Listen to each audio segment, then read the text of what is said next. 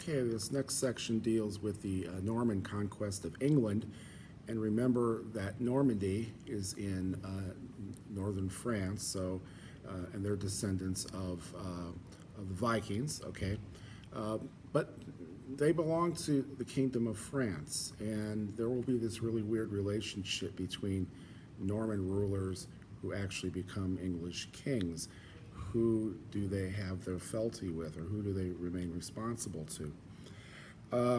Let's begin with around the early 11th century, around 1013, Ethelred the Unready, or sometimes called the Ill-Advised because they think as a king he did not get the right advice.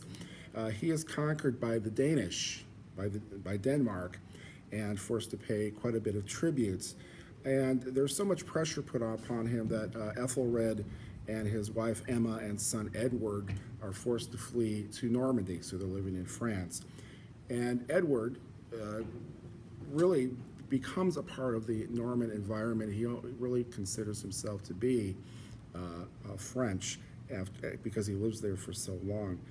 At some point, they are able to return, and Canute dies, who is the Danish leader. His sons are dead, so there is nobody to replace him except for one person, and that is Ethelred's son Edward, because he's the next in line to succeed him. So Edward in 1042 becomes the King of England. He's also known as Edward the Confessor, and what this means is that he was considered to be a very holy person, very religious, but he did not die in the extreme in terms of becoming a martyr. He is childless throughout his life and feels very uncomfortable in England because, again, he spent most of his life in Normandy, and he packs his court with Norman friends. And this really doesn't go over very well in England, because why would you put foreigners in charge of your government in England? Now, he has a close alliance with his second cousin William, who is a leader in Normandy, and he's also known as William the Bastard by his enemies because he was born illegitimately. So William is also French, and it's believed by some authors that William was offered the throne of England by Edward, although that's sometimes disputed, but we do know that William believed he was promised that throne. Now, another person who works very closely to King Edward is Harold Godwinson, and he's a very close advisor to Edward, very well connected politically, and he is close to being the right-hand man to Edward. Now, Edward sends Harold on a mission to Normandy, and it's unclear, to me at least, why he was sent there, but at some point he is imprisoned, and he is befriended by William, and they have good discussions, they go riding, they become very good friends, but they do discuss who should become the king. And of course William said, "I've been promised that," and Harold said, "Well, I think that I've been promised that as well." In order to help get him out of his imprisonment, Harold does say that he will swear to allow William to ascend the throne upon Edward's death. So they go into a church, and William makes Edward swear that he will allow him to become king. And Harold says that, yes, I will allow you to do that. Now, you have to know something. There is this thing called the cult of relics within Europe. And relics are anything that pertain to the saints. It could be bone, hair, teeth. It could be something that a saint used. And they're considered to be important witnesses to what goes on in terms of when people vow to do something. They're witnesses, according to one author, to the everyday lives of people. They symbolize a moral code by their presence and serve as a powerful symbol of the presence of the church. So they dictate truth and law. Now, Harold doesn't know he's swearing to William by those relics because William has hidden them under an altarpiece, which is just a cloth. And once he swears, he reveals the relics and says, now you must obey because you have sworn not only before the saints, but also to God. And he agrees, although Harold is not going to do that. So he returns to England, and in 1066, in January, Edward the Confessor dies. But he has recommended to the nobles that Harold should ascend to the throne, and the nobles agree with that because he is a very good leader.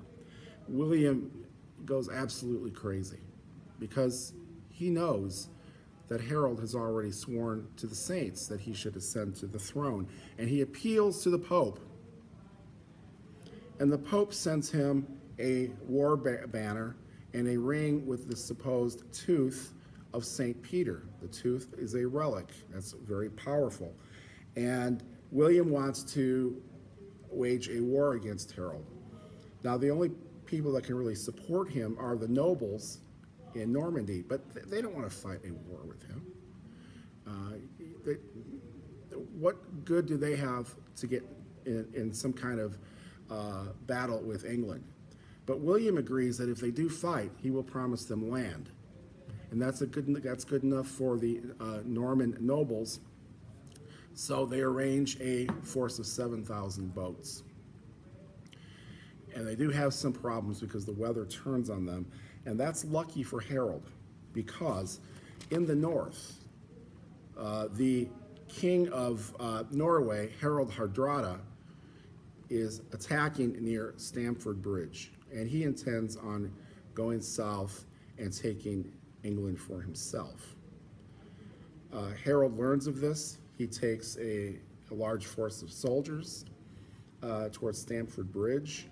Harald Hardrada believes this is going to be easy, and from a video we watched, remember they don't even wear their armor, and over the course of a day or two, Harold Godwinson's forces defeat Harald Hardrada. He is killed.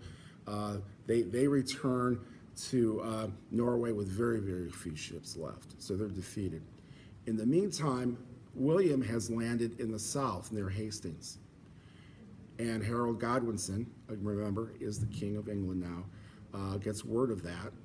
And his troops are tired, remember. And they travel as quickly as possible to Hastings. And there is a battle. Now, Harold Godwinson, the King of England, he has the upper hand because, first of all, his soldiers are on a hill. And William's are below, of course. And they don't really fight very well. They're ex-Vikings, and Vikings just fight by attacking. They just run at their enemy. And the English fight much differently. They have very organized attacks. They have people who are shoot arrows. They have people with swords. They have cavalry. And during the first battle, Godwinson's troops pretty much devastate William's, and they retreat. And there's a time of relative inactivity. However, Harold Godwinson's soldiers like the chainmail and the weapons that the Normans have been wearing, and they go into the field and they begin to strip the dead bodies of the chainmail and all the other things that they want. William sees this as a great opportunity to throw them off guard. So he sends his troops back in, and Godwinson's soldiers are caught off guard.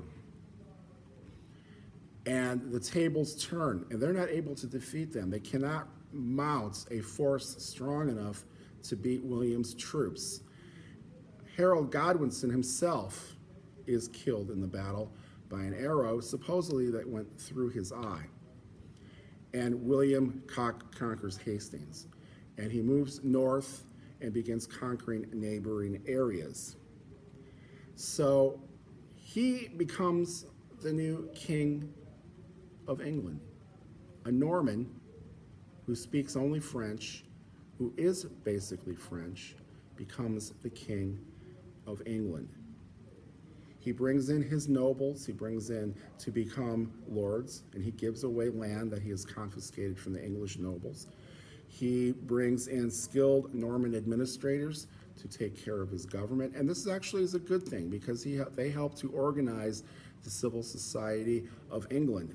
He also creates a census and what has been called a doomsday book or a domesday book to write down everything that people own so he can tax them appropriately. This has been seen as a very good historical document to see how people lived, but he wanted to be able to tax people fairly and to make sure that he could collect all the taxes he could. But he also created a series of roadways and castles all the way throughout England that provided some relative safety. Really did order with security and order. So there it is. Harold Godwinson loses. He's a Saxon. The Norman William the Bastard now becomes William the Conqueror, one of the famous kings of England. And it's said that many of the royalty from then to the present are descendants of William. And interesting thing about the court of William, he was illiterate, but he spoke only French in an English-speaking country. Imagine that. I found that to be quite interesting. Okay, so there it is, the Battle of Hastings and the relationship between Harold Godwinson and William the Conqueror.